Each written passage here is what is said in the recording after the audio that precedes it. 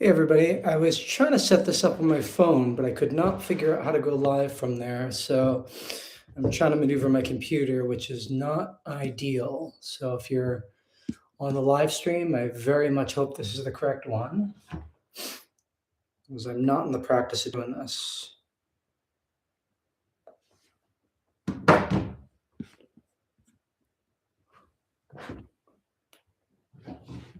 But I don't think anybody's here just yet anyway.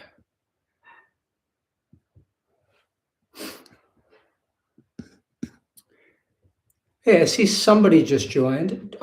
Do me a favor and just let me know if my audio is okay. I was having a struggle starting the live stream, and I'm still trying to figure out how to maneuver this because I very much wanted to do it on my phone, but I am pretty ignorant when it comes to doing these types of things.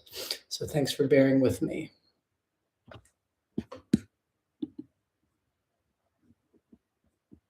But at least I think we're running something here, so that is a blessing. I'm going to give a few moments for people to join in. We just hit 9. And again, whoever is here, if you could just let me know in the chat if the audio sounds okay. I want to figure out if I'm coming through this mic or the computer.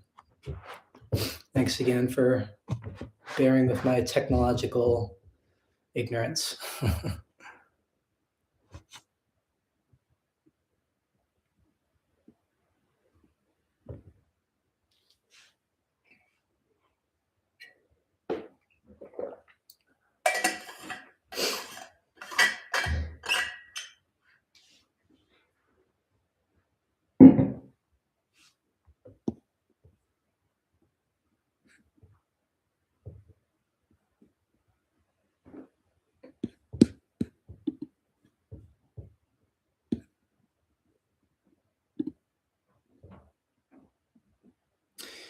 See, we just got a second person to join the chat. Do me a favor and just let me know if my audio is okay. I had a struggle setting this up this morning, and I just want to make sure you can hear me.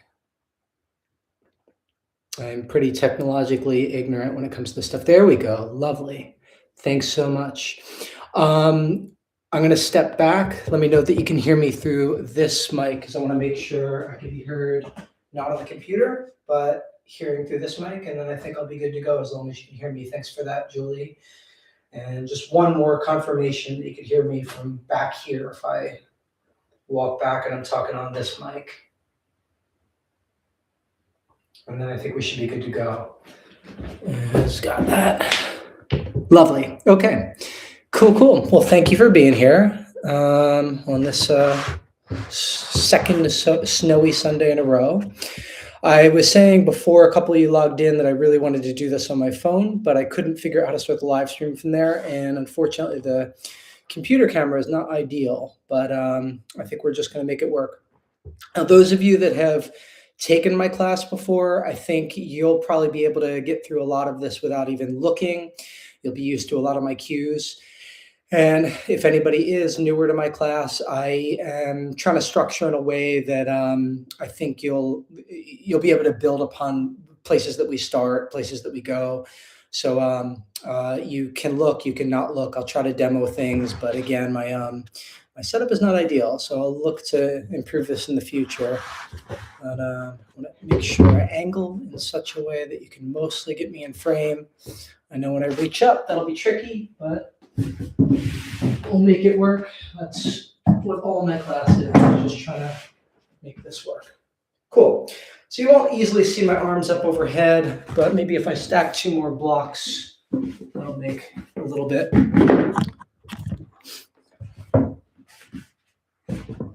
more visual. That's a little better. I'll be ready to go in about 60 seconds. Thank you for bearing with me. I spent about 10 minutes trying to turn it on my phone and asked me if I wanted to join the live stream, but I couldn't actually start it. So, but I think this should work well enough.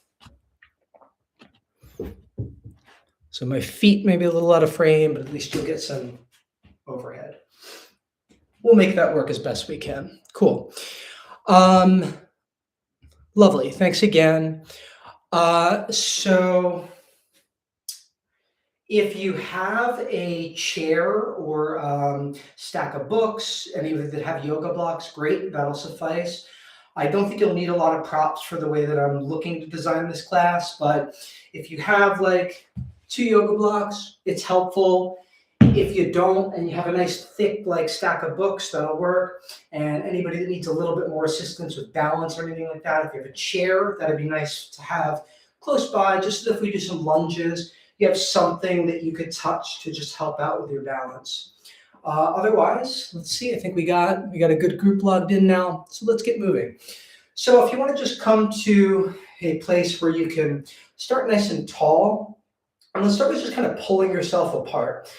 So if you hook your thumbs and you get really tall, you can start to just stretch yourself out. This is one of the foundational aspects of my own practice, is that I do a lot of hangs. So honestly, if you have a pull-up bar close by and you want to hang on to that, even instead of pulling yourself apart, that would be very akin to the way that I often start out my own practice. But if you don't have a pull-up bar, this is a great way to be able to substitute. You just hook your thumbs, reach really tall, and look to pull yourself apart. You're lengthening out your spine. You can even start to lift your feet a little bit here, the same as you would if you were perhaps hanging onto that pull-up bar. Try to elongate, getting taller. You could twist yourself out a little bit. You could turn it left. You could turn it right. And just continuing to getting longer and taller as you're here. Maybe you focus on letting your inhales lengthen a little bit more.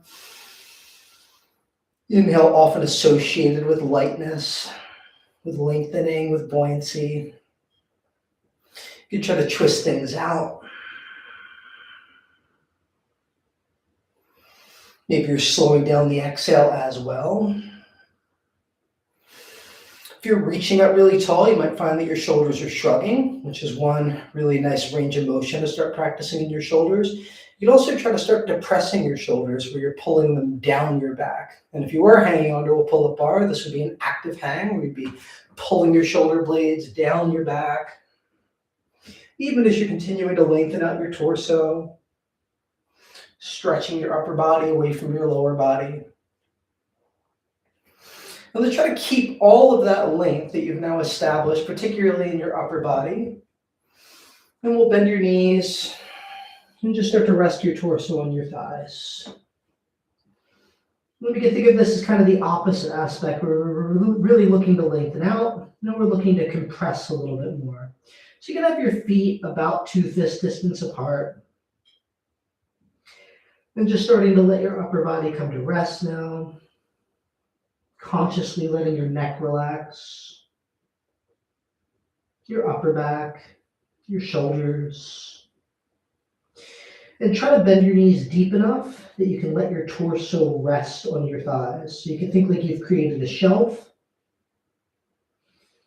And your lower body being your stability, your upper body being your ability, or allowing the ability to just rest on your stability. And now maybe we're bringing that attention even more to the exhale. So that with the exhales, you can feel more and more grounded, very stable in your feet. And with this bend in the knees, very stable in the hips, through the legs. As you're perhaps a little bit more constricted and breathing deeply because of the chest rest, the abdomen resting on the thighs, you can focus on your inhales expanding a little bit more laterally, out into the side waist, perhaps into your lower back. And just being in this compressed position for the next several breaths. If you notice that your legs are fatiguing quickly from having the bend in the knees, you can always straighten out your legs for a few moments and come up a little bit in order to give yourself a breather. And then as soon as you're able, you're just going to, again, come back down, bend those knees, and rest your torso on your thighs.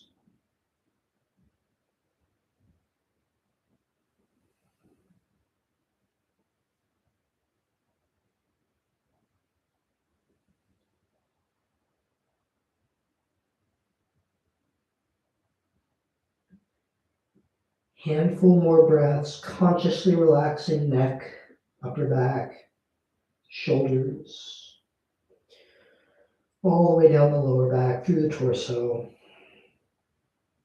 And allowing your legs to build some endurance here, as that stability is holding your ability.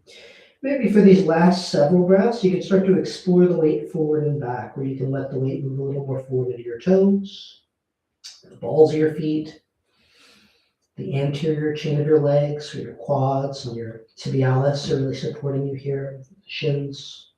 And then allowing your weight to sink back into your heels, the posterior chain of your legs, hamstrings, glutes, calves. And you can cycle between those two polarities, moving forward into the balls of the feet, into the toes, sinking back into the heels.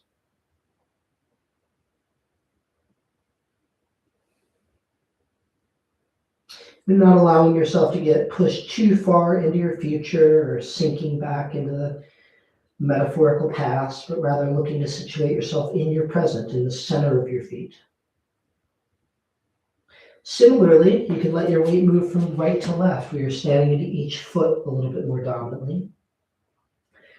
Then taking a few moments to break the habit of preference. We often have a leg that we like to lean on, and rather finding that you can reference all aspects of your foundation, of your stability, feeling that balance in the center of your feet. And as you start to come to some sense of relative stillness in the center of your foot, let's very slowly start mapping out the unraveling of your spine. So take your time, as slow as possible, rolling yourself up vertebra by vertebra, perhaps keeping your knees nice and soft so that you can ground down into the feet, into the hips, as you're uncoiling vertebra by vertebra. Feeling like you're trying to scoop in the front, you're pulling the navel to the back, pulling the ribs in. The front is contracting in order to stretch out the back. The head's the very last thing that's going to lift a stack on top, and then we're just going to find that in reverse, where you can think chin to chest, sternum pulling in toward the back, toward the spine, rib cage drawing in, drawing the abs in, scooping the navel in and up. And just rounding yourself back down, vertebra by vertebra. Eventually, this leaves your back and you start to re-enter your hip flexion, where we just were in that forward fold. You can start to reverse that whenever you find that is happening, just scooping the navel. And repeating the pattern in reverse, back up and back down.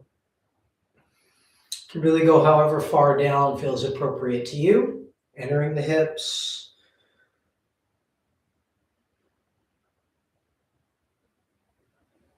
And make sure you're still breathing. If you're able to continue to keep your breath relatively calm and you're ready to move slightly faster, you can start to link this with your breath. Or you might think of inhaling on the roll up, on the unraveling of your spine, and exhale when you're coiling back down. More important that you continue to breathe, but as you start to become more familiar with the movement, adding that fluency by linking it with your breath, inhaling to roll up, exhaling to coil you back down.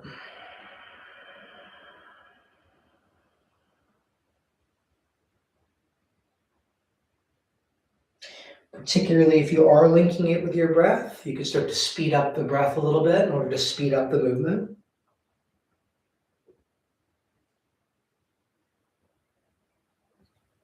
Looking to still maintain a similar amount of articulation through each vertebra.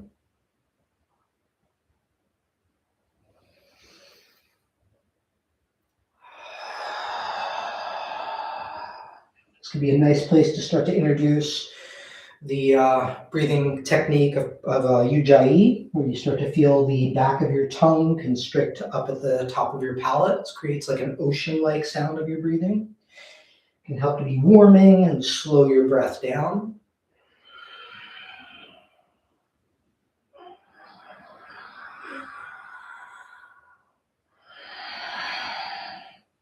If at any point you start to feel like you're getting lightheaded from moving through these up and down motions, just stay low, just get to the ground. You can always drop right down to a child's pose if need be, down to your knees. But we're going to come to rest the next time you're in that forward fold anyway. So once again, we'll be resting the torso on the thighs, with enough bend to the knees that we can make that contact between the upper body and the lower body once again, balanced in the center of the feet. And we'll try to keep the legs right here, but let's start to find the opposite action in the spine. So instead of rounding, we're going to look to lengthen the spine. So start to lift your collarbones up and out, away from your sitting bones, reaching the chest forward as you feel the sitting bones reaching back.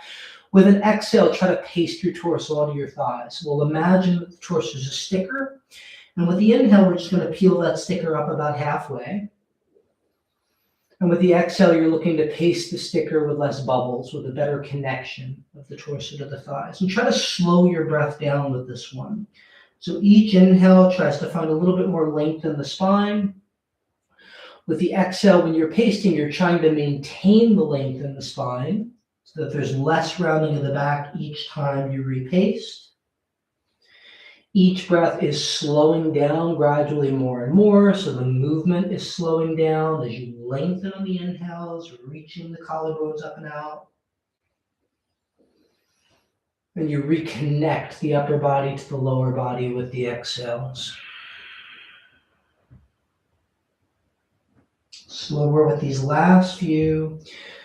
Perhaps raising up the fingertips when you lengthen. And relaxing the neck each time you paste on the exhale. Let's say one of the next times you are pasted with your torso to your thighs, we'll look to hold for the backs of the ankles. And you're going to think of fitting your knees into your armpits. So the balls are knees, you're going to throw the knees into the armpits, really push them into the armpits. And at the same time, feel your shoulder blades are pulling down your back, they're depressing and they're retracting, they're pinching toward the back. So that you can pull yourself down using the muscles of your back, the shoulders away from your ears, pulled down the back. And so this creates a good connection here, this inward direction of energy, what is generally referred to as sumana in Hatha Yoga, the inward direction of energy. You're going to look to maintain that in and only lift your hips up as tall as where you don't lose the connection that you have. The knees into the armpits. Now you're also establishing up, prana, the hamstrings lengthening up through the sitting bones while you still maintain the in. And then you also have down, the feet pushing down into the ground, apana. And these three directions of energy are looking to maintain each other in this place, in a relative state of equilibrium. Only creating length in the legs where you can keep the connection. And you may find that your legs are shaking a little bit here. Mine certainly are. And looking to lengthen out the muscles while they're engaged, so that can create a little bit of a nervous system reaction. You're calming that down with your breath. Consciously focused on slowing down the breath, particularly the exhale.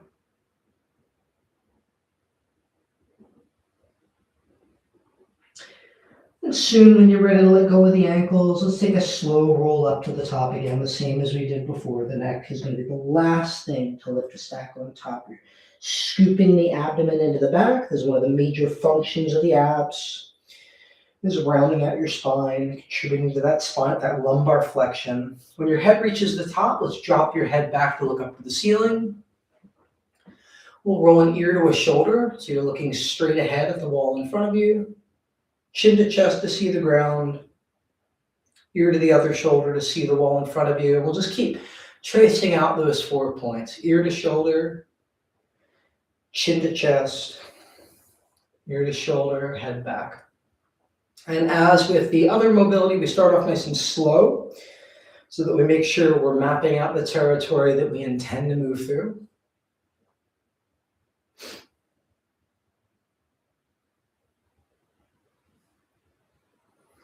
You can do this either with the eyes closed or the eyes open. With the eyes closed, it might help you to kind of just tap into the sensation of where you're moving.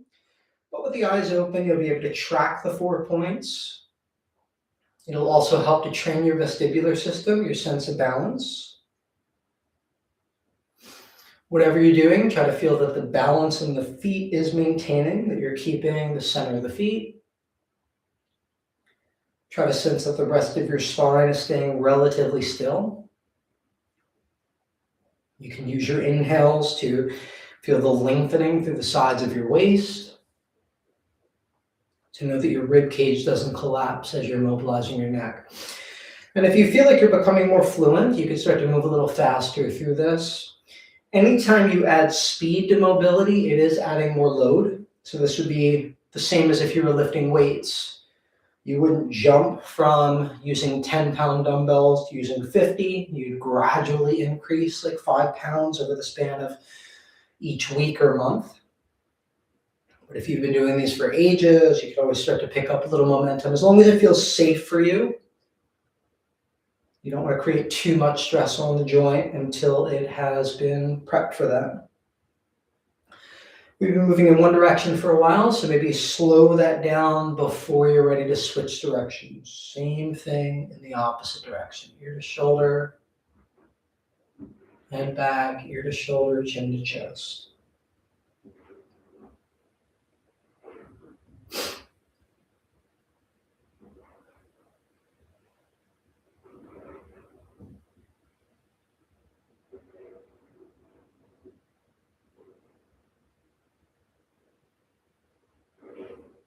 I'm only picking up momentum if that feels appropriate for you.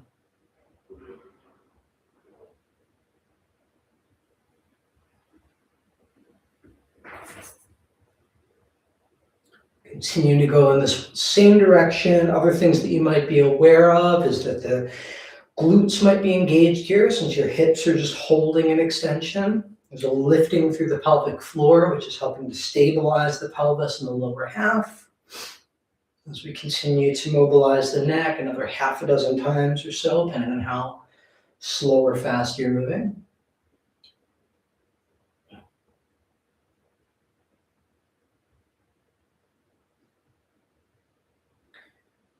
And let's start to gradually slow that down. And bring it to a close, where you're going to look to stack your head on top. So we'll bring the attention from the neck to the pelvis now. Let's imagine that the pelvis is a bowl of water. You're going to look to pour the water out of the back of the bowl. That's going to tuck your tail. It's going to eliminate the lumbar curve as the tailbone rolls under to the pubis, to the groin. And then you're going to pour the water out of the front of the bowl, anteriorly tilting your pelvis where the groin deepens. You end up with a more prominent lumbar curve as the butt sticks out. Posterior tilt, the tail scoops under toward the ribs, toward the pubis.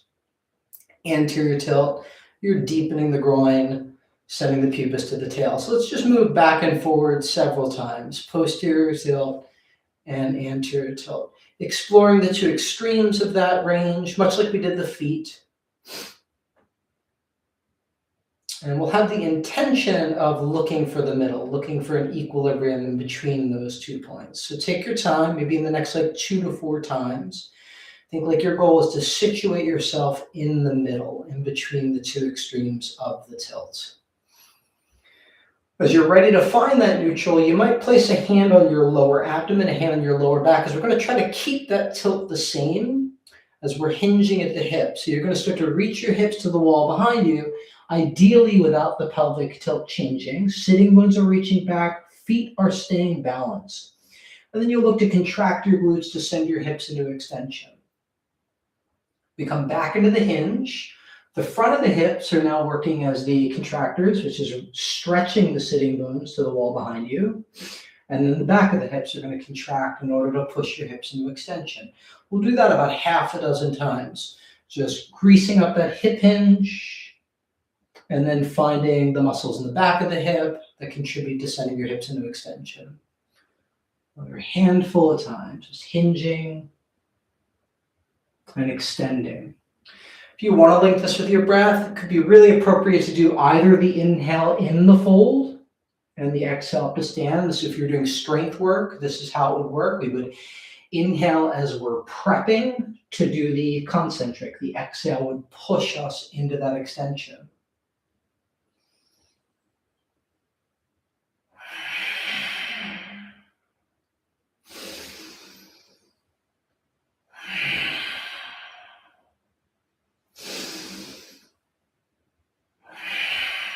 We'll do one more.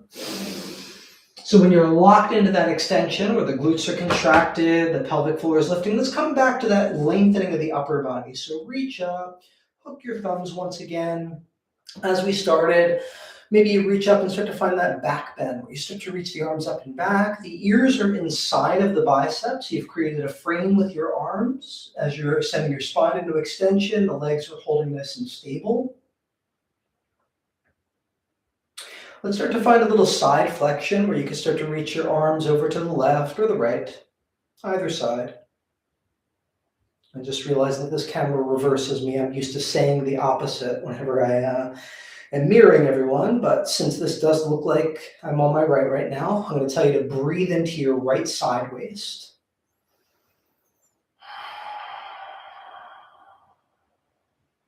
And we'll take it over to the other side, and you can breathe into your left side waist.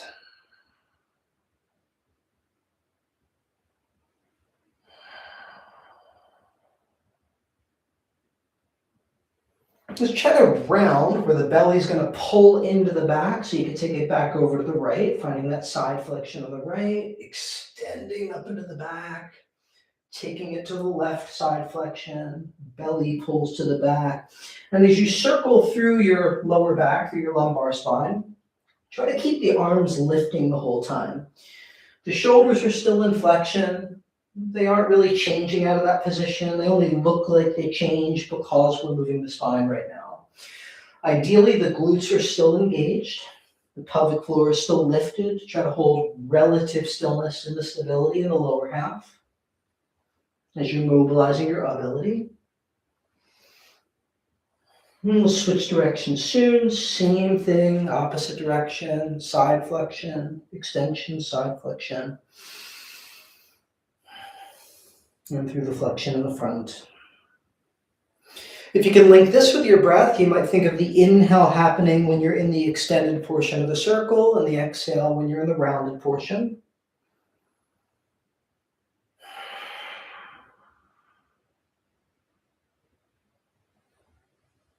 And if you're hearing some popping sounds in your spine, know that you're not alone. I am as well. It's one of the most important parts of my practice, working out the spine. It is the most mobile collection of joints in the body. So the more you can keep it mobile, the more other things are going to also respond to that. Let's end an extension. The next time you're in that back bend, or you're reaching up and back, we're going to try to keep that back bend, and we're finding that hip hinge again. Sitting bones are reaching toward the wall behind you. And we'll find the pace, abdomen onto thighs, as we did before. We'll hold the backs of the ankles. Shoulders are depressed, pinched, where you're pulling your armpits to your knees, fitting knees to armpits. And as you feel the fit, perhaps you're lifting the hips a little higher, finding more length through the backs of the legs while maintaining that in torso to thighs. Allowing the breath to settle. If it's sped up a little bit, seeing that you're slowing it down once again.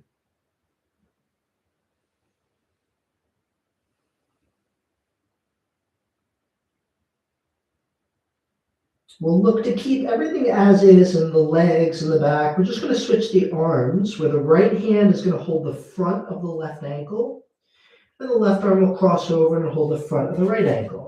So you've still kept your torso pasted to your thighs. You've only changed the position of your arms, or you're holding the fronts of your shins. Still thinking of the knees fitting into the armpits. Then let's start to work on opening the left arm to the left. You'll twist your spine to look at your left hand as it reaches up to the ceiling. On an exhale, thread your left arm under your right like you're tying a knot, and then unravel the other side. Open your right arm, twist your spine to look at your right hand. Use the exhale to close the knot, to tie it into the center. Inhale to unravel, to open the other side. Exhale each time, threading under. Inhaling to open out. And keeping it slow if you're mapping it out. Picking up a little bit of momentum if you feel like you have some fluency with this motion. Ideally, the hips are holding still. The hips, again, are your stability, so they're holding your stability while you're expressing the ability of your upper body. Exhaling to tie into the center, inhaling to unravel.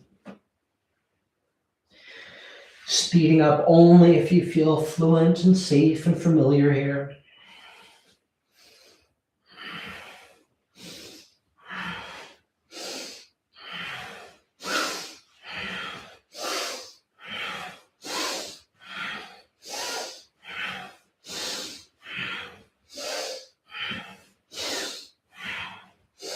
So one of the next times you finish the twist on the right, just pause in the center.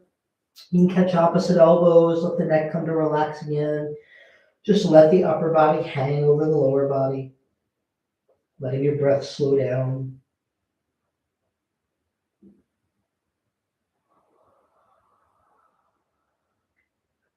Maybe returning to that ocean-like breathing, that ujjayi, allowing the tongue to constrict the top back of the palate.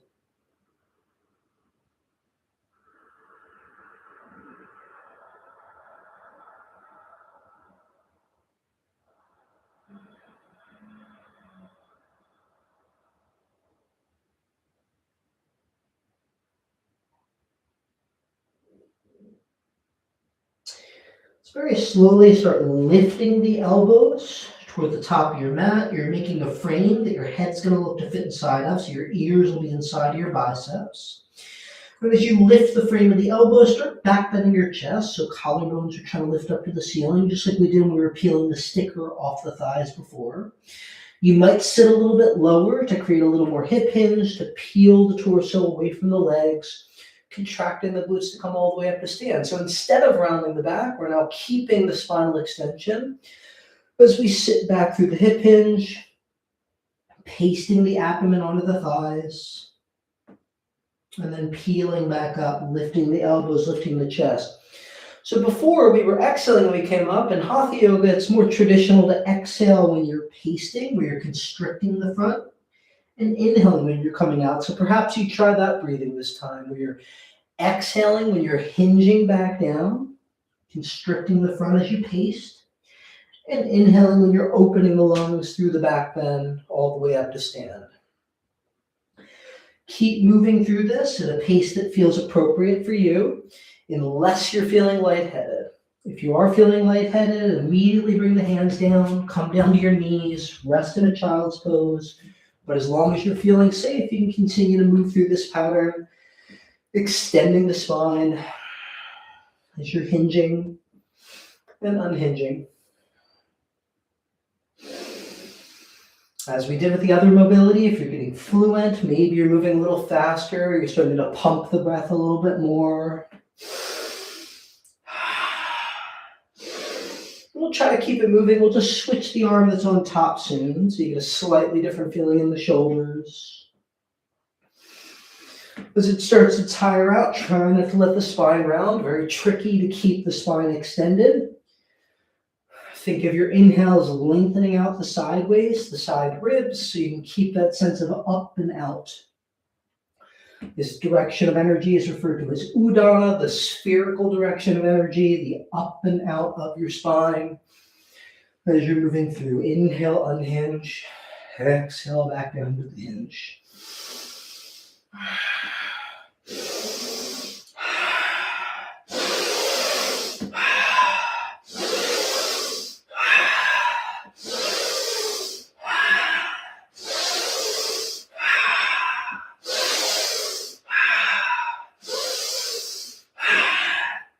If it's feeling at all lightheaded, end in the forward fold, ground and touch the ground. If you feel totally fine, you can end at the top.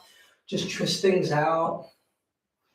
So allowing your hands to slap opposite hips. You just let everything kind of relax here, just swaying, rotating left to right.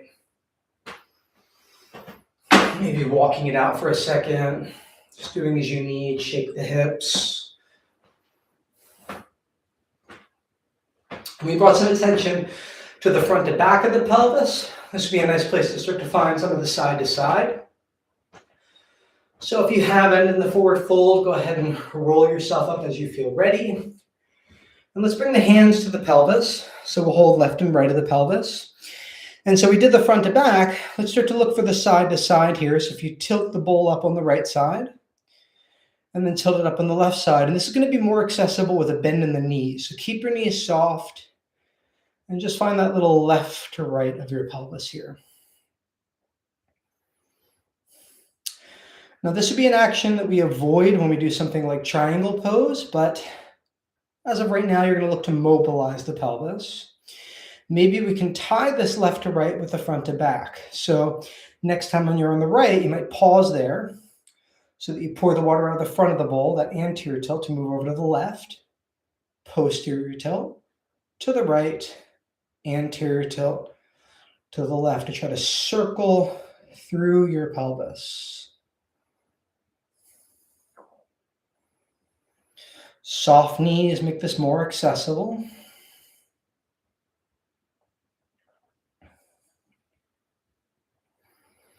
Slow anytime you're mapping, and feel free to pick up momentum if you feel like you're very familiar with this motion. And when you're ready to switch it, start to take it the other way. You can always slow down if you start to lose it, slow it down to remap.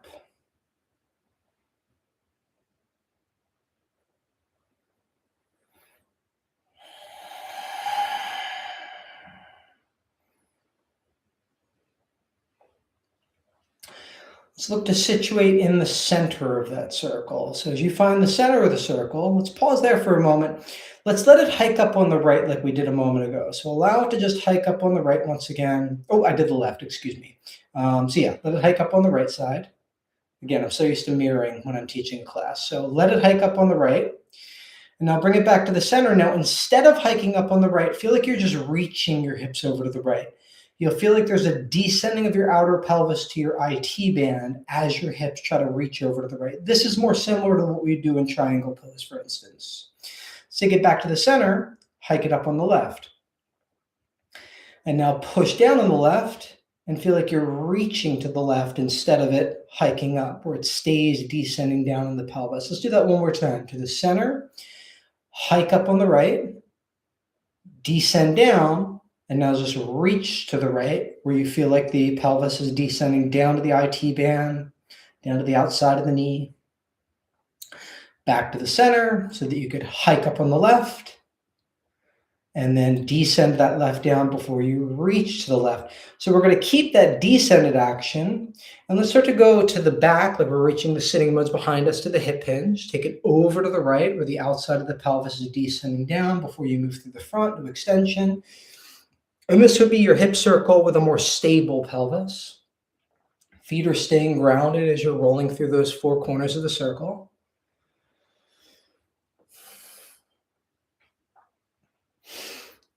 It's like mobilizing the spine. This is quite important for hip mobility, which is the major connection of your lower body and your upper body. So keeping this nice and mobile is going to have effects through the whole chain.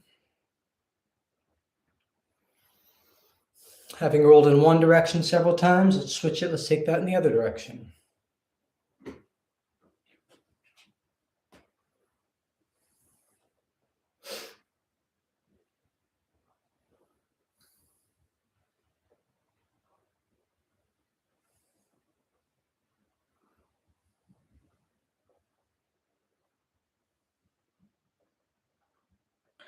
Let's look to end in the back of the circle, because that's preparing us for that forward fold once again. So as you're ending in the back of the circle, think of pasting the sticker onto your thighs. As you've made your connection, let's look to hold the backs of the ankles so you can fit knees into armpits once more. Allowing the neck to relax here as you feel that fit, upper body to lower body. And only straightening your legs to where you can keep the relative connection. So whatever bend you have in your knees right now, that's the bend that I want you to try to maintain in your knees when we walk out to your down dog in a few moments. So feel that connection between knees and armpits, and then don't change the legs when you let go of your ankles and bring your hands a couple inches forward to your toes. With your hands just forward to your toes, start to lift your chest up and out. So you're looking for that udana, that up and out of your sternum, of your spine. And you're trying to keep that up and out as you're slowly trying to walk your hands forward to the top of your mat. And I stress just hands because I'm trying to keep my legs in the forward fold while I'm stretching my hands, my shoulders forward to the down dog.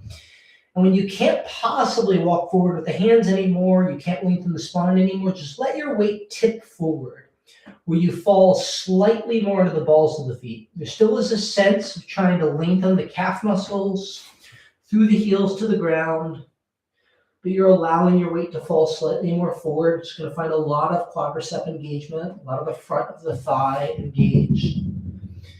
But ideally, the legs are still reaching back as you're walking out towards your downward facing dog. Now, if you can stay in this down dog for several moments, just be right here, reaching the sitting bones up and back behind you. This is an easier pose when you elevate the hands. So if you struggle with having the hands on the ground, you can always place them on blocks.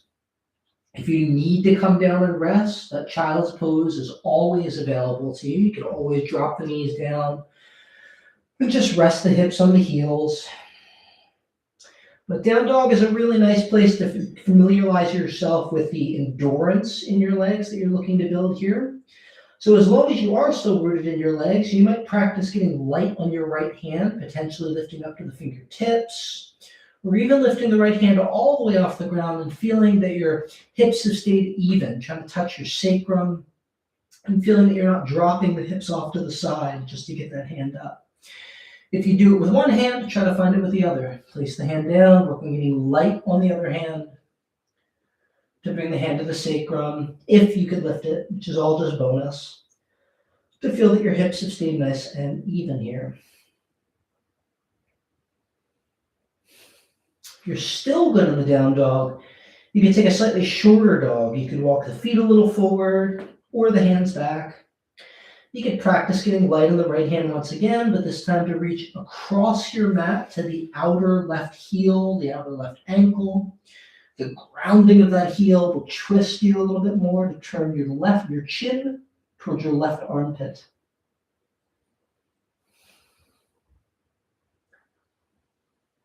As you turn, there's still a sense of up and out in the sternum, in the spine.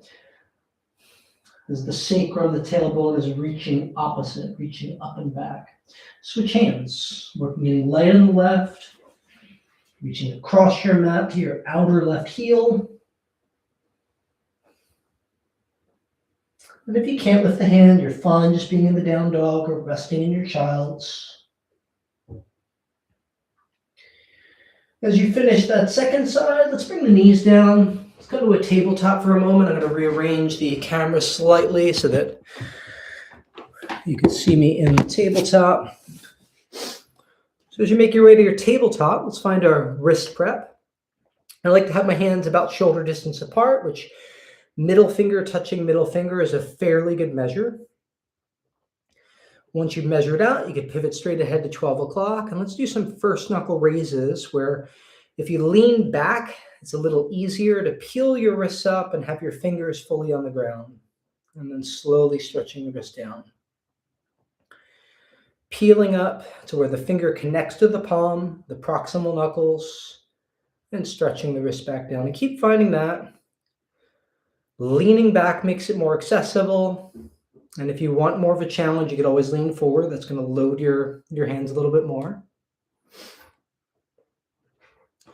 We might try lifting up to the next knuckle, to the medial knuckle, and then try to roll down through that proximal to the wrist. Lifting to the second knuckle, and then rolling down. You might try lifting all the way up to the finger pad, to the distal knuckle, and stretching down through each. You might even start trying the fingertips, and then trying to roll down through each knuckle as you go.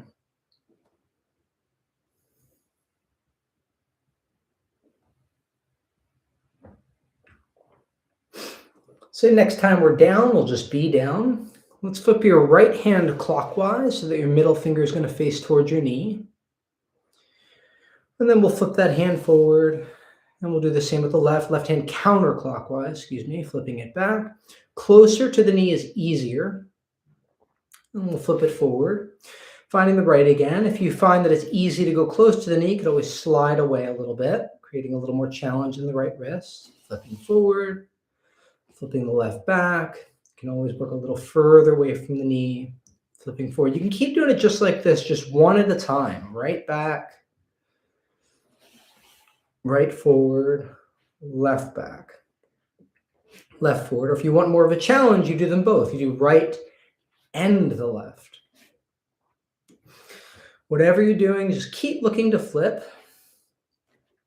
Whatever hand is staying down, try to push actively through that arm so that you can feel the other one gets light easily because you're really pushing down, rooting. As you become fluent, you can pick up a little bit more tempo as we've done with everything today. If you're doing both like myself, soon you're going to switch which leads. So if it's been the right all this time, now the left will start to lead the way back.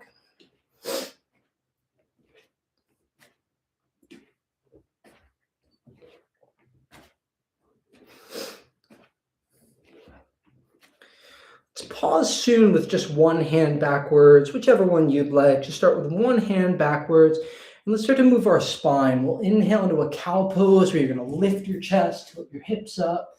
Exhale to a cat pose where you're going to round your back, open your navel. Each inhale, find your spinal extension. Each exhale, rounding the back into spinal flexion. Moving through those two positions several times. Aside from the spinal mobility, this is also generally about creating a little bit of heat, getting your own internal furnace going.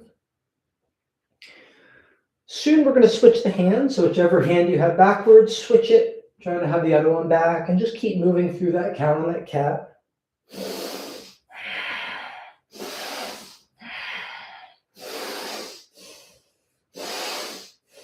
Moving whatever pace feels appropriate for you.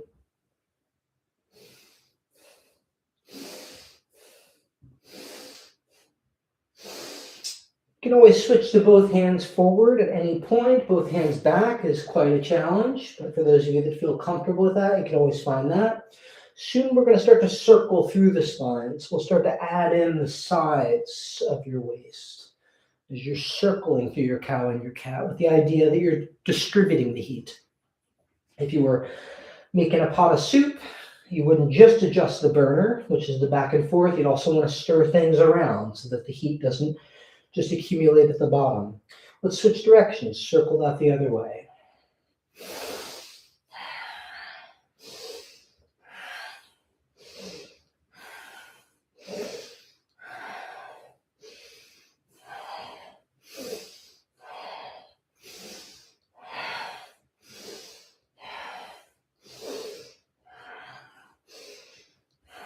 Soon we'll just take it back and forth through the regular cow and cat once again. You still have your hands backwards. Maybe you'll just switch them to just normal soon. If you have the energy for a final little sprint to the finish line, you can go as fast as you can go for about 10 seconds. We'll look to stop in a cat pose where your belly's pulled to your spine, your chin to your chest, and your pelvic floor will be lifted. So in 5, 4, 3, 2, exhale it all out. Belly to spine, chin to chest, bathroom muscles are lifting in and up. Take a nice big inhale, lift your chest, tilt your hips, and then rest as you need. Take a child's pose or just pike it back to a dog, walk it out, whatever way lets you recover for several moments. Rest in your child's or pedal things out in your dog, however you need for this next minute.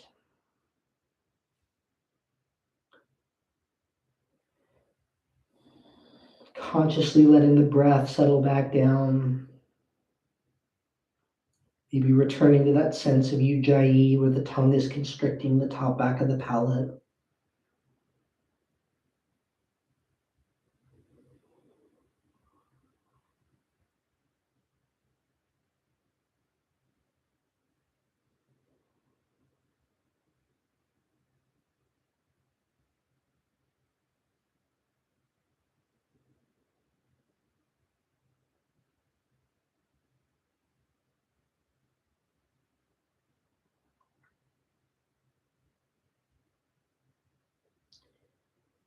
Let's look to meet back up in a tabletop shortly.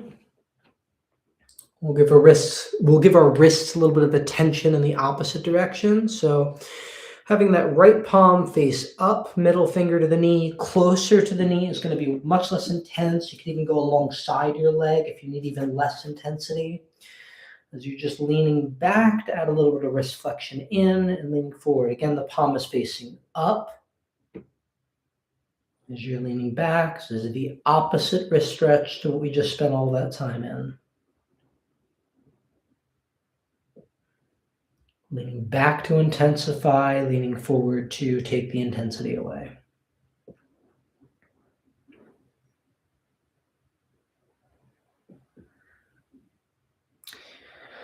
And let's switch hands soon. Right palm face up, leaning back and forward, whichever one you didn't do.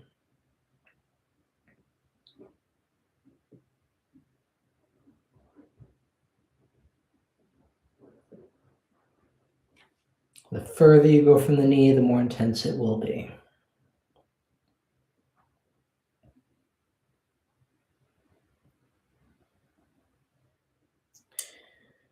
Let's come back to flat palms, and we'll do that first knuckle raise once again to reintegrate some strength where you're peeling your wrists and stretching the heel of the hand back down. A handful of times, just peeling up, stretch on down.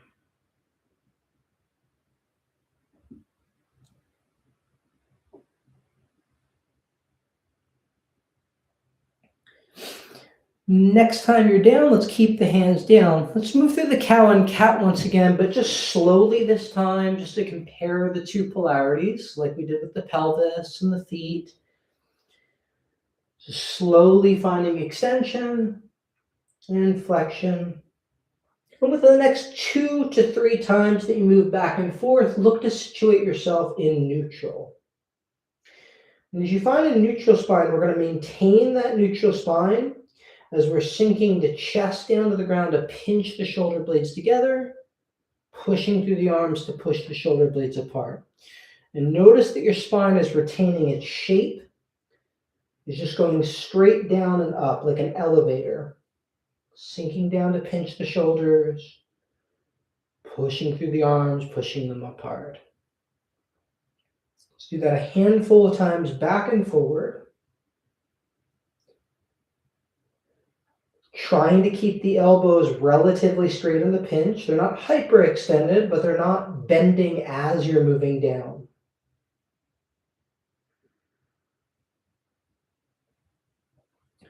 You might hold the sink, the pinch, for a few moments to explore a little bit more range of motion here. While this is a very important range of motion, it's not one that we're going to use particularly in Hatha Yoga because we're more in a push position. If we were working with that pull-up bar that I referenced earlier, this would become a more relevant position for rows and any type of pulling activity. But since we're staying in the tabletop, we're going to find the push now, pushing through the arms and actively maintaining that push while you try to walk your hands away from your knees toward a melting heart. So there's an active pushing action as you're stretching the shoulders here. You're not simply resting down into this. There's an active push while you're stretching. You just relax your forehead to the ground. Think of your armpits as if they're going to look into each other. So they're wrapping into each other, which means your biceps are wrapping out away from your ears. And then below your elbows, you can imagine a wrapping in that keeps your index finger rooted to the ground.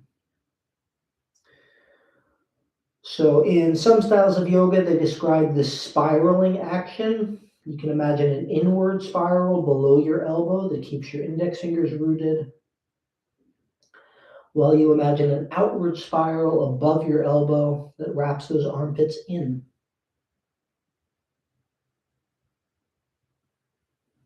Very similar shoulders to down dog. So we focused on the legs when we were in your forward fold. Now we're focusing a little bit more on the upper body in this Anahatasana, this melting heart.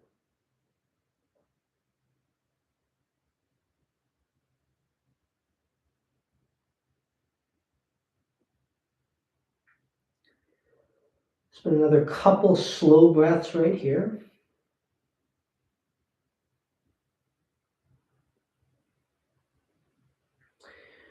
And then let's lower down onto your stomach, onto your pelvis for a Sphinx pose.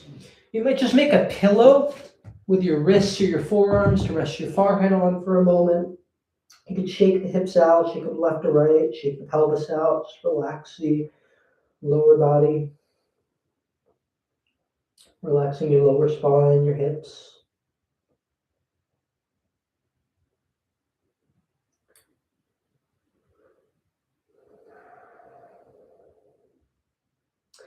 And let's try to find a little bit of movement in the pelvis once again, so you can tuck and tilt. We do this from standing, tucking the tailbone till the lower back is more rounded, the lumbar spine is eliminated. Tilting the pelvis or the groin helps to stick the butt out. Posterior tilt finds the tuck. Anterior tilt finds the tilt of the pelvis. Look for your neutral. As you find your neutral, you're going to look to stabilize there with your pelvic floor lifting, like you're stopping yourself from peeing. Glutes are contracting to root the hips down. Feet are pushing down, so the legs are very active as you prop yourself up onto your elbows for Sphinx, elbows under shoulders. Actively pushing down through the arms. And as you push down through the arms, feel like your shoulder blades are pulling down your sides. As the shoulder blades are pulling down, you're imagining a lengthening of your side waist with your inhale. As though your obliques and your side ribs are growing with each inhale.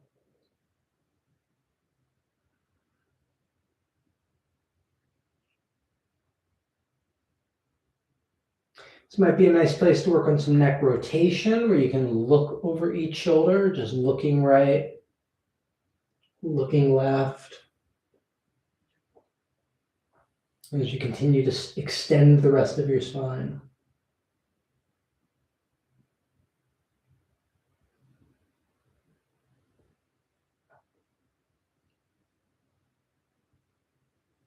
When you feel ready for a little rest, you can just make that pillow with your wrist with your forearms once again. Just rest your forehead down there.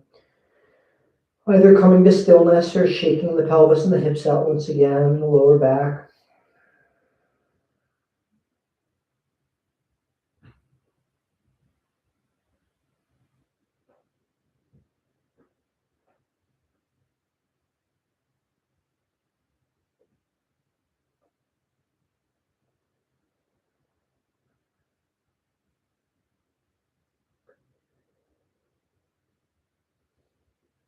You can start to set that pelvis up in neutral once again, somewhere between the tuck and the tilt. Once you feel that you're in the neutral with the pelvic floor lifted, the glutes contracted, you're welcome to come back to that Sphinx again with the elbows under the shoulders. I really encourage that if you're newer to this. Otherwise, you might do Cobra, where your hands are in front of your shoulders.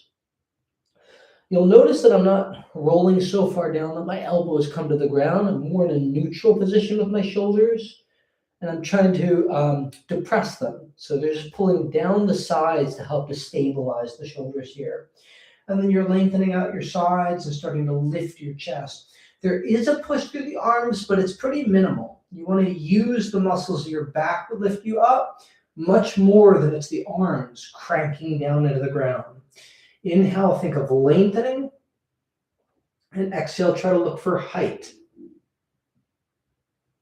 Pulling the spine away from the hips, the shoulders stay depressed as you lengthen on the in to try to lift a little taller on the exhales.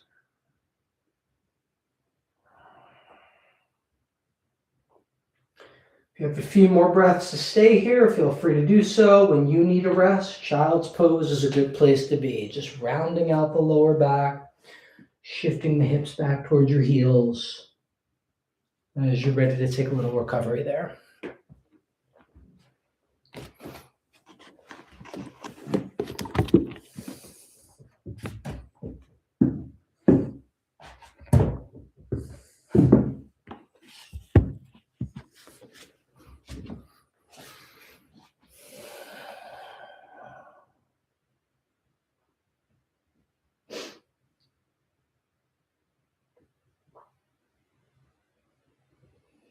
Let's look to meet up in your down dog soon. We found the legs when we were at the back of your mat. Now we found the upper body when we were in that melting heart.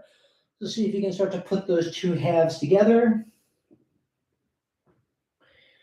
There was a slight sense of sphinx in the spine in your down dog.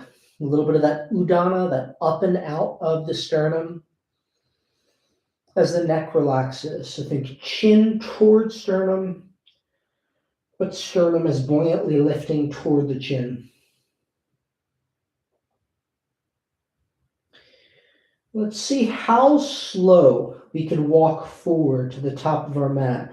Think of lifting up a hip to hover the foot just off the ground, and then step it a couple inches. You try to ground the heel, stretching the back of the leg. You're going to get a lot of contraction in the front of your hips. My left hip flexor just cramped on me, honestly, so, go moderately as you lift a hip. You're trying to ground the heel, so you're stretching the back of the leg before you step the other foot. Just gradually walking yourself toward the top of your mat. And when you arrive, just let it hang over for a moment. Relax the neck, relax the upper back once more.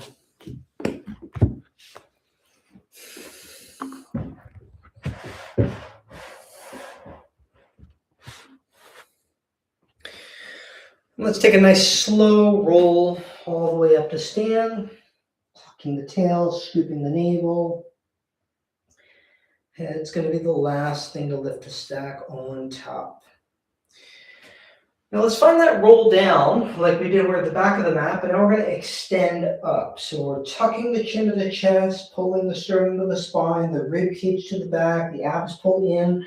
When you run to the back, start lifting your head. Feel your chest pulling up and out to your chin. So you're trying to extend your way out of the rounded position, and then you round yourself down. The head's the first thing to come down, and it's the first thing to start lifting up and out. This is a nice one to exhale on the way down, inhaling on the way out.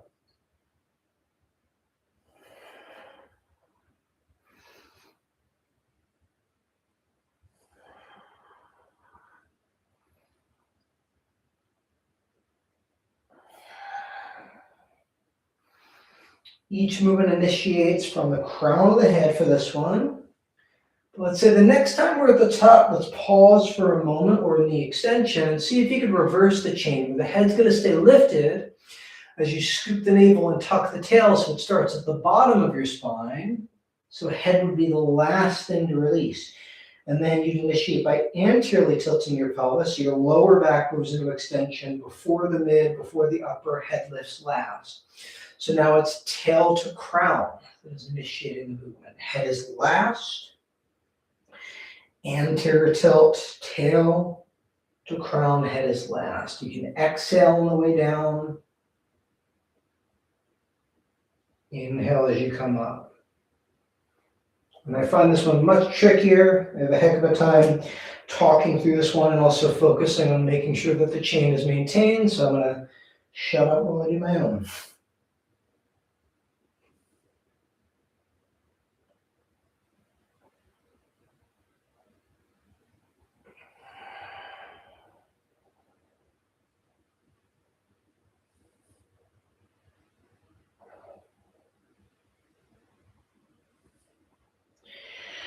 When you finish up on your next one, just shake it out. Just let that go, walk it out, whatever you need for a second.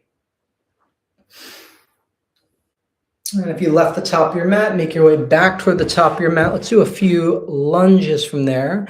There's a spot where if you do need a little balance aid, you might want something, blocks or chairs, or whatever you need. And make sure I'm in frame, but top of your mat. That's as good as I'm going to get in frame, so that'll work. Feet are about sitting bone distance apart. That's about where a big toe would touch a heel. And we'll look to step your left foot back so you're in a high crescent lunge. The right knee is positioned right on top of the ankle. And with the right knee positioned on top of the ankle, think like your right thigh is pulling away from that knee. So that you think like the sitting bone of the right leg and the knee are two poles stretching away from each other. The knee has a forward trajectory. The sitting bone has a backward trajectory. The knee has an upward trajectory. The sitting bone has a downward. So you're going to particularly think about those two polarities. And your hips are going to be like an escalator that's moving forward and down toward the first floor. So the escalator moves forward and down. You only go as low as where you're stable to hold this together. It's going to be a lot of strength in the right quad and the right thigh. And then lift back up to stack the knee on top of the ankle. Let's do that a couple of times. Escalators moving forward and down. The knee does cross forward to the toes significantly. But then we bring it back up to stack the knee on the ankle. Let's go one more for now. Escalator moves forward and down. The sitting bone is as if it's going to go down to the right heel. Well, the knee feels as though it's lifting up to the ceiling. Let's stack it back on top. We'll step one forward. And about sitting bone distance apart, right foot steps back. Left knee is on top of the ankle. It has that forward and up trajectory, sitting bone back and down. And as we're set, escalators moving forward and down. And we'll lift back to stack, knee on ankle. Two more. Forward and down slow. Back and up. There's a significant stretch through the front Achilles tendon. So the heel tries to stay grounded. And we lift back to stack. Let's step one forward. Let's do the first side again. Left foot goes back. So at 2 times, you do that forward and down of the escalator. Stack the knee on top. And then the next one, we're going to rest at the bottom. So you're only going as low as where you can hold it. So I'd rather you keep the knee lifted than you totally collapse into the knee. But if you could touch the knee very soft to the ground, great, that's bonus. If you could point the toes, you should still be able to lift the knee. It's still very engaged through the right leg. Everything is light. As you lift your spine, you might reach your arms up and start to find more back bend in the upper body. And let's lift back up to step one forward to do the other side. Right foot steps back. We did one nice and slow, both directions, forward and down. And up to stack knee on ankle. And then the next one, we're just going to where we can hold it, where we can lightly hover, where the back knee doesn't have to be down. If it is down, it is light. You're not resting on it. Even if you point the toes, you're still quite engaged. Find the back bend. Lengthen the sides, lift the collarbones, lift the arms perhaps, lift your chest, lift your head. And then let's step one forward. Let's come into the fold where we'll separate the legs wide enough that you're trying to fit your upper body inside of your legs. So go wide enough that you can get your shoulders inside your knees. And then that lunge we just worked on is very related to your squat. So you could start allowing the hips to sit a little bit lower to potentially make your way down into a squat here. You could use prayer hands to feel like you're pushing the thighs apart, pushing the knees wider as the feet try to stay grounded. If you feel like you need a little bit more push apart, you could use 2 fists. Something that gives you an even wider berth here to push the thighs apart while the feet stay rooted. Let's maintain that action with the left arm. Left arm could reach out to the side while your right arm reaches up to the right, to the ceiling, twisting your spine to look at your right hand.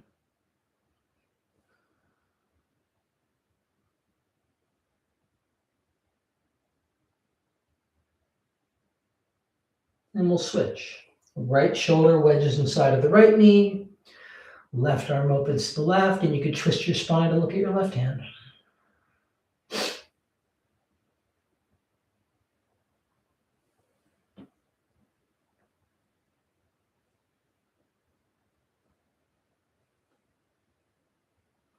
When you release the second hand, let's just lift the hips like we're coming back into the fold. So you can just roll yourself back up to stand. That is a much easier exit out of this squat. We might try the harder one, Or if we hinge back down the same way we did, we fit the torso inside the thighs, sitting the hips low, and then we might try to keep the hips low as we lead up with the chest, with the crown of the head. Trying to stand up with a nice erect spine and more perpendicular to the ground. You might even keep the chest rising up as you squat back down with the torso more vertical now. Let's find whichever one you can a few times, just lifting up and squatting back down, or if you need to, you can elevate the hips before you rise. But if you can, try to feel like you're just bringing the hips under the shoulders, particularly on that up. A nice upright torso as you bring it down. Next time you're at the top, let's circle the hips once more.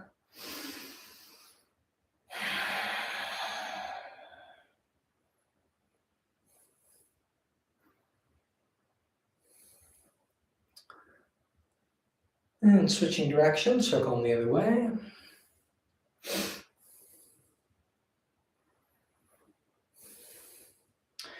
And since the squat is a lot of the knees, let's circle your knees out. Let's do feet together, knees together. And we'll try to keep those knees together. Feet try to stay rooted as you circle through the knees. Forward, side, back, side, forward.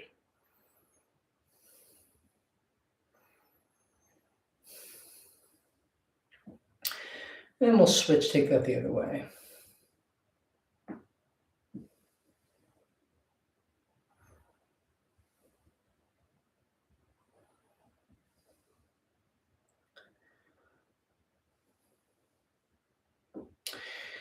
And when you finish that second direction, let's come back into the squat one last time, just fitting your torso inside of your knees one more time. And as you're here, maybe you start to round the back so that potentially you could fall back. As long as you know that you have no objects behind you and you feel very safe, you could just fall right back. But if you don't trust yourself, hands back, just to lower your hips, tucked chin when you lower it down to hug your knees into your chest. Let's hold the back of your right knee, the hamstring, as you place your left foot on the ground. So you can just circle your right ankle. Trying to keep relative stillness above the ankle.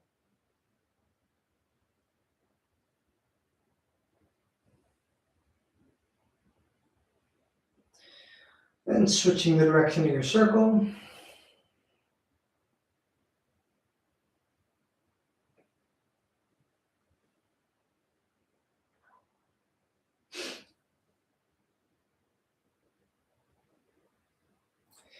And we'll switch legs. Sole the right foot on the ground, holding the back of the left knee. And we'll circle through that left ankle.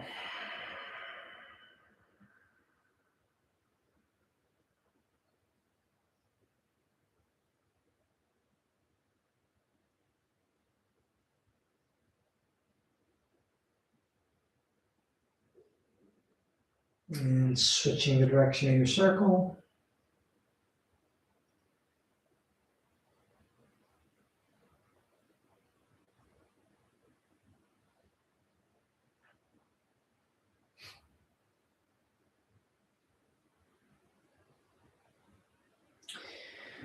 When you place both feet back on the ground, if you have a block close by, it might be nice to squeeze that block between your upper inner thighs. This is a helpful way to try to stabilize the pelvis.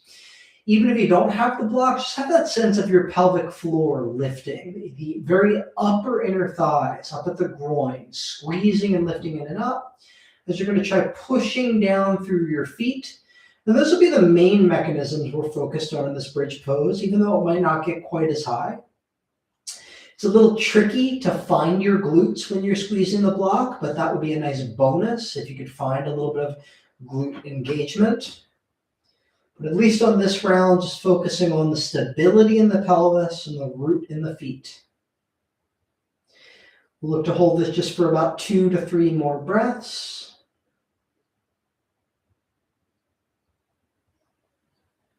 When you feel ready, you can just lower it on down. If you're holding the block, take the block out. And I still want you to have the sense of your pelvis trying to stabilize, the pelvic floor lifting. But now, if you imagine that you have a band above your knees, you'll think like you did in your squat. You'll think of the knees trying to push out while the feet are rooting, while you're keeping that pelvic floor lifted. And this should help you find your glutes now.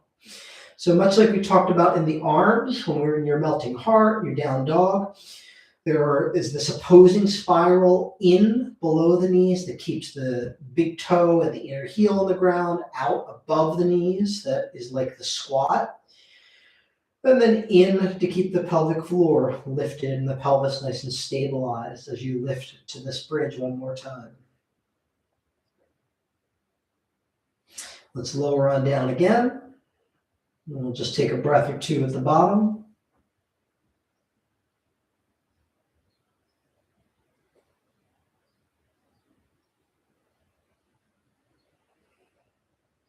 And let's do one final round, same as we just did in the legs. Foot rooted, knees pushing apart, pelvic floor lifting in and up, stabilizing at the upper inner thighs. If you want to add the hands interlaced behind your back, that would start to find your shoulder extension where the wrists might meet, as you're only straightening those elbows to where the wrists are connected.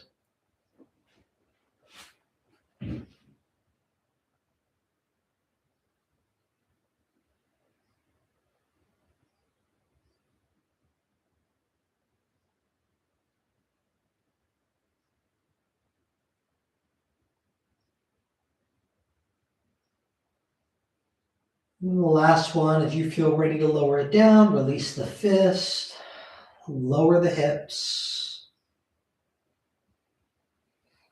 And you might lengthen your legs out on the ground. And just letting your arms rest by your waist. If your back feels at all tender here, you can always place blocks behind your knees, which will give a little bit of relief on the lower back. Wherever you're coming to and whatever sense of stillness, just imagine that you're sinking into the ground. You might imagine that you're a block of ice that's heating and melting. And with every exhale, you scan from the feet all the way through the legs, up the torso, through the head, feeling the back of your body sinking more and more down into the earth.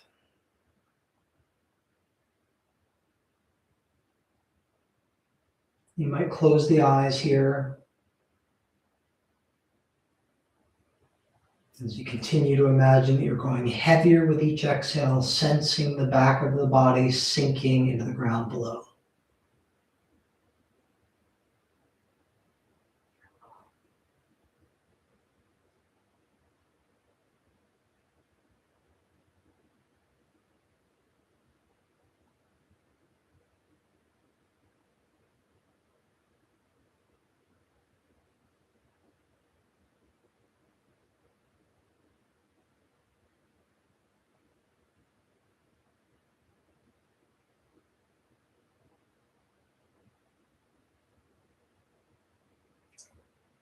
As you feel like you've sufficiently melted, you can imagine that your body is a pool of water that's beginning to heat and evaporate. With every inhale, you can start to sense the front of the body as though it's becoming lighter, as though it's floating up into the air above.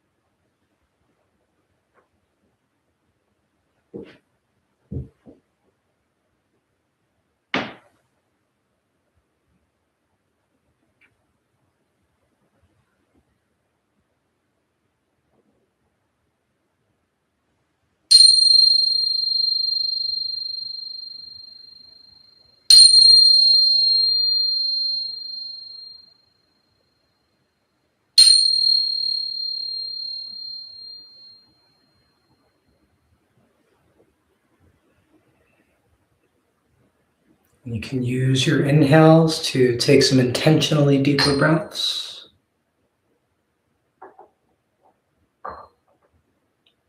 And you can begin to stretch through your arms and through your legs.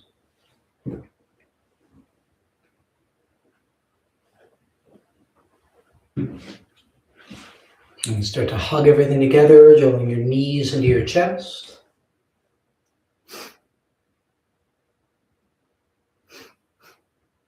And you can either rock up to a seat, or if you prefer to roll to a side, whatever is more comfortable or convenient for you.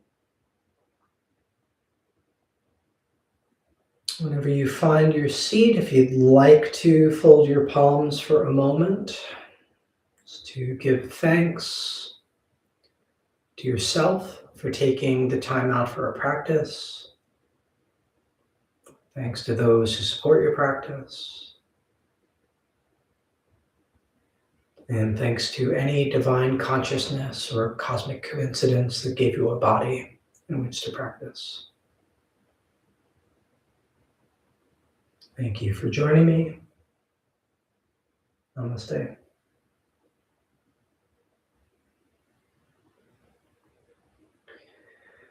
Thanks so much for joining the live stream. Thanks for your patience with my technological complications. I'm not familiar with this mode of doing things, but it's good to have the practice and have a means to be able to meet when we have mitigating circumstances such as the snowstorm. And I hope you're staying safe, staying warm, and enjoying a snow day with family or friends, or just even by yourself, finding activities that are very fulfilling.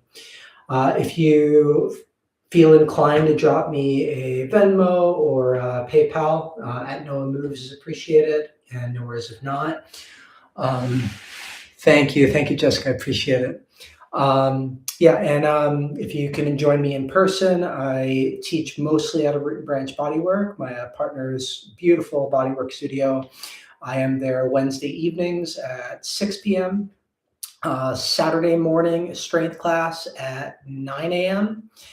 Sunday, a form of this class you just took is at 8:30 a.m.